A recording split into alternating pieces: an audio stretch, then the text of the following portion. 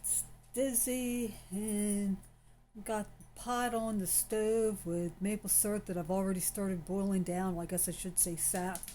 I'm getting ready to add some more to it. And as you see, I've got the strainer all set up. It has little hooks on it so that I can put it on the pot. You want to make sure you do it right so that it's not falling in, especially if you've already started using it. Now, one thing that I have found helpful is if you wet the paper towel before you put more of the sap in, because otherwise it can just be pulled. Yeah, I can't talk tonight. It can pull into what you have, and if you're straining bugs out, you're going to get the bugs in your sap, and then you have to strain them out. So this is already boiled down some. It's turning a nice brown color. Now, one thing I will do is when I go to put it into a smaller pot, I will strain it again because there is a buildup that I can see in there, and I don't really want more buildup than I have to. So I'm going to go ahead and pour this in.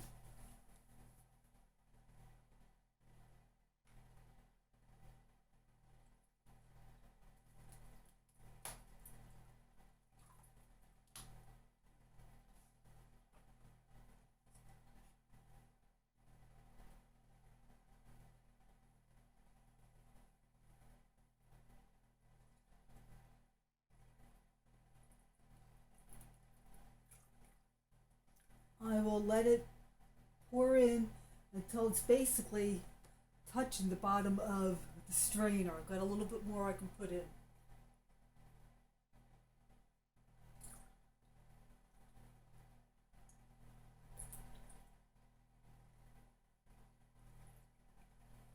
And I can always just pick that up and hold it.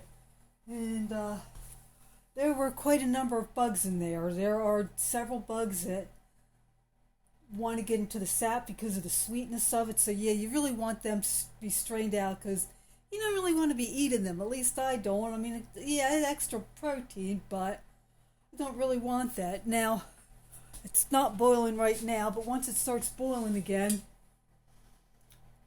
I have my handy dandy strainer to put on top. Or splatter guard, whatever you want to call it. One thing you want to make sure, this pot has the handle on it.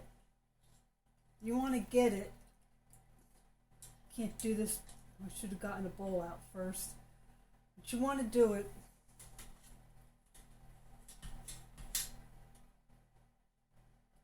so that there's not something going up where your cabinets are. It's better to have it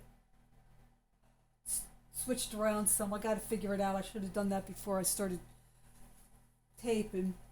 But you want that so that the steam's coming out more away from your wall because, yeah, it might get all kinds of sap all over. But if I have it pointing away, then it does a pretty good job of it. So now about all that's left for the sap is just boil it, boil it, boil it, boil it, add more sap, boil it, boil it, boil it, boil it, and keep boiling it. And I said we have been having a horrible winter for the sap. I'm looking at the long range forecast. We might actually be able to get some in the not too distant future. Normally what I do is I will boil it down quite a bit. I won't get it all the way down. And then I will take my canning jars and just pour it into the canning jars. I might strain it when I'm pouring it into there. And stick that in the refrigerator with just a plastic lid on top of it. And then once I have quite a bit, then I'll go ahead and get it all boiled down. And don't know what I'm going to end up with a year because, like I said, it's been a horrible winter for sap. So I will talk at you later, and I hope you're enjoying this and learning something.